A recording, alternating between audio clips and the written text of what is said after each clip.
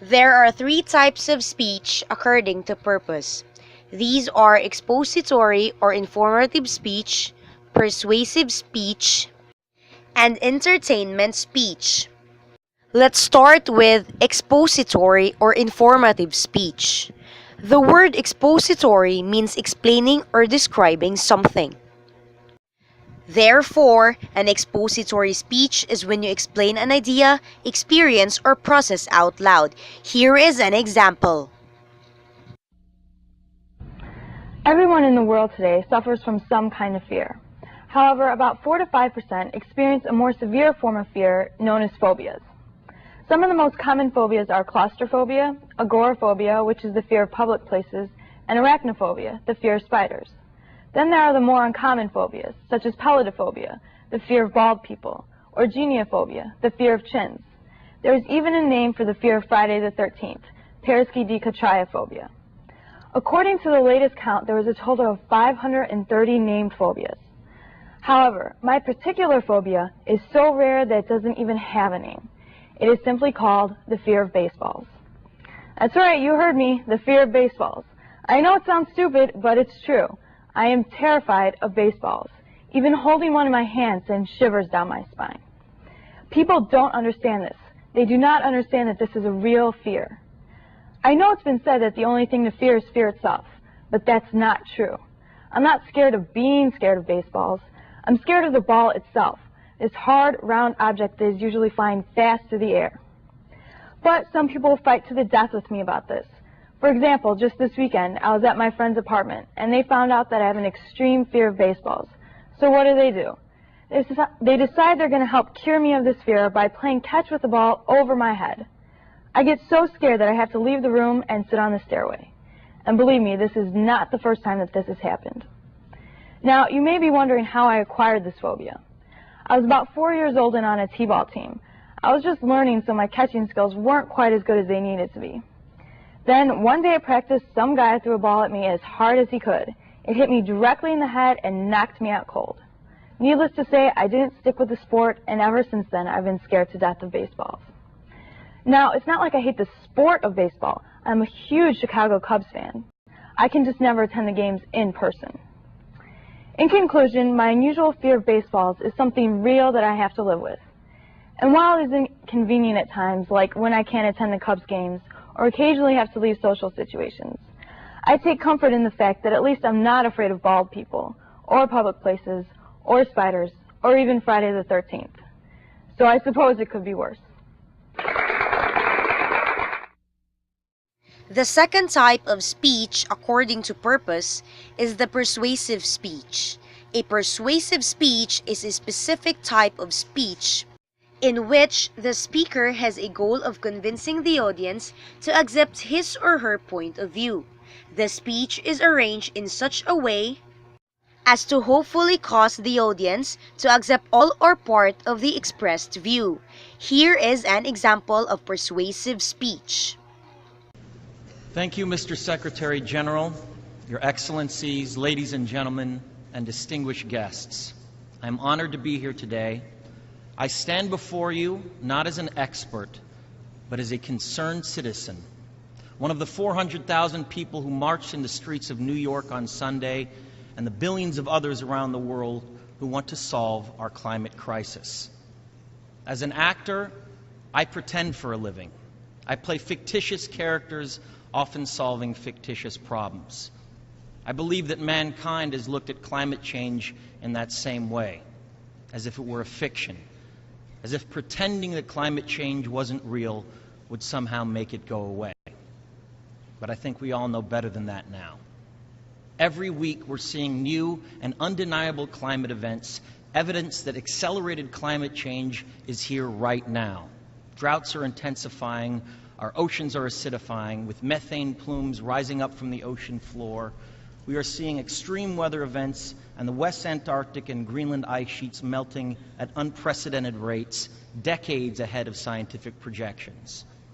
None of this is rhetoric, and none of it is hysteria. It is fact.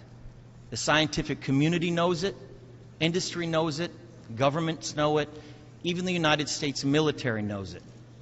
The chief of the U.S. Navy's Pacific Command, Admiral Samuel Locklear, recently said that climate change is our single greatest security threat.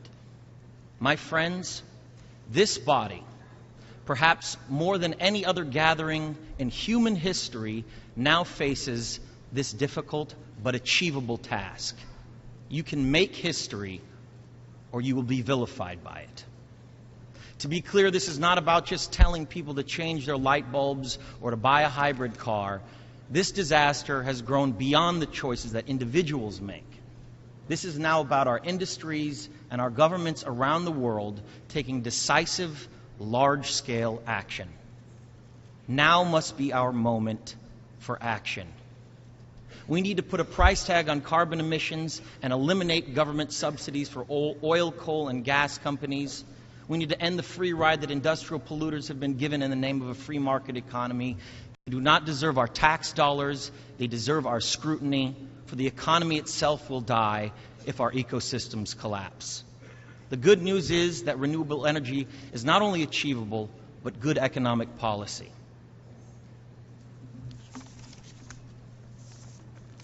This is not a partisan debate, it is a human one. Clean air and a livable climate are inalienable human rights.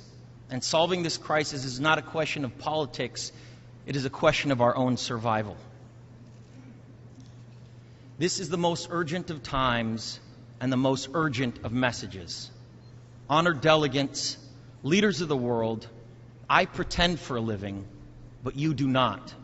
The people made their voices heard on Sunday around the world, and the momentum will not stop.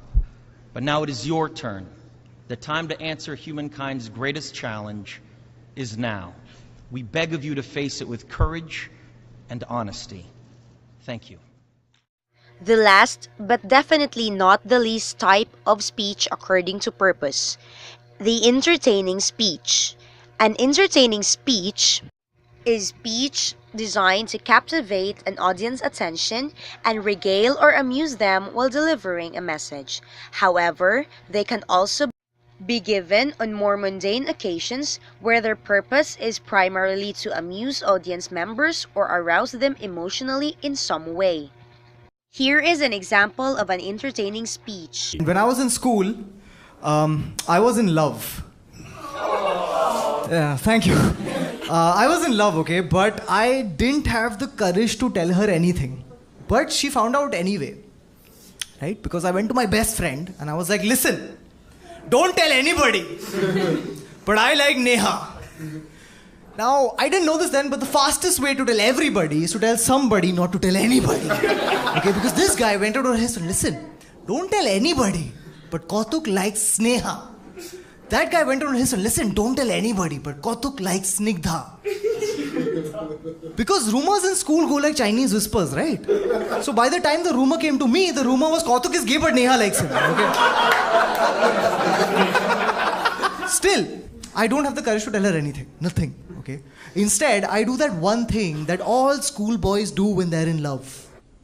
I stared at her from across the corridor. Just gave her that Nazar Suraksha Kavach look. Like cosmic love rays just flying out of my eyes. It's the fastest way to let her know that you're a creep. After 4 years, in the 10th standard, in like the most important year of our school lives, I'm like, this is a great time to ask her out. Now she'll say yes. So I find her alone in the corridor, okay, like for this 1 microsecond, okay, because girls in school are never alone. Why are girls in school never fucking alone? There's always 4 other girls on the side going, Dekh, dekh, tere ko dekh raha hai. The fuck are these 4 girls? I hate them. I mean, I genuinely fucking... And they giggle. They fucking giggle. My insecurities aren't helped by this. I look like a PT sir, please. You don't need to giggle. Oh. It's the sound of my nightmares. And always, like, they might be laughing at something else, right? But it looks like, I mean, it always, to every guy, every fucking guy, it just seems like they're laughing at you. And your family. Your whole family, okay? Your whole fucking family. Like, I'm walking past them and they go like, hee hee hee. And I'm in my head, I'm like, सारे श्रीवास्तव चूतिए हैं.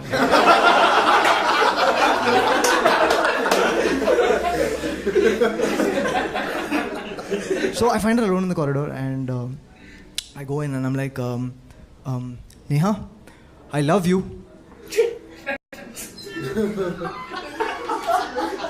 Will you go out with me? I'll never forget what she said next. No. I was like, but why? Didn't you see the... She's like, I did, but you say you love me and I don't even know who you are. I'm like, fair point. I will try again next year. Because for me, asking a girl out is like being a bakra on Eid. It happens every year. So the next year, I asked her out again, okay? And this time, she said yes. Thank you. I felt like Narendra Modi after he got his US visa. I was like, मित्रों, इतने दिनों बाद मंजूरी मिली है, वापस नहीं आऊंगा. Again, those are the types of speech according to purpose: expository or informative speech, persuasive speech, and entertainment speech. We hope that you've learned something from our presentation. Thank you for watching, and God bless us all.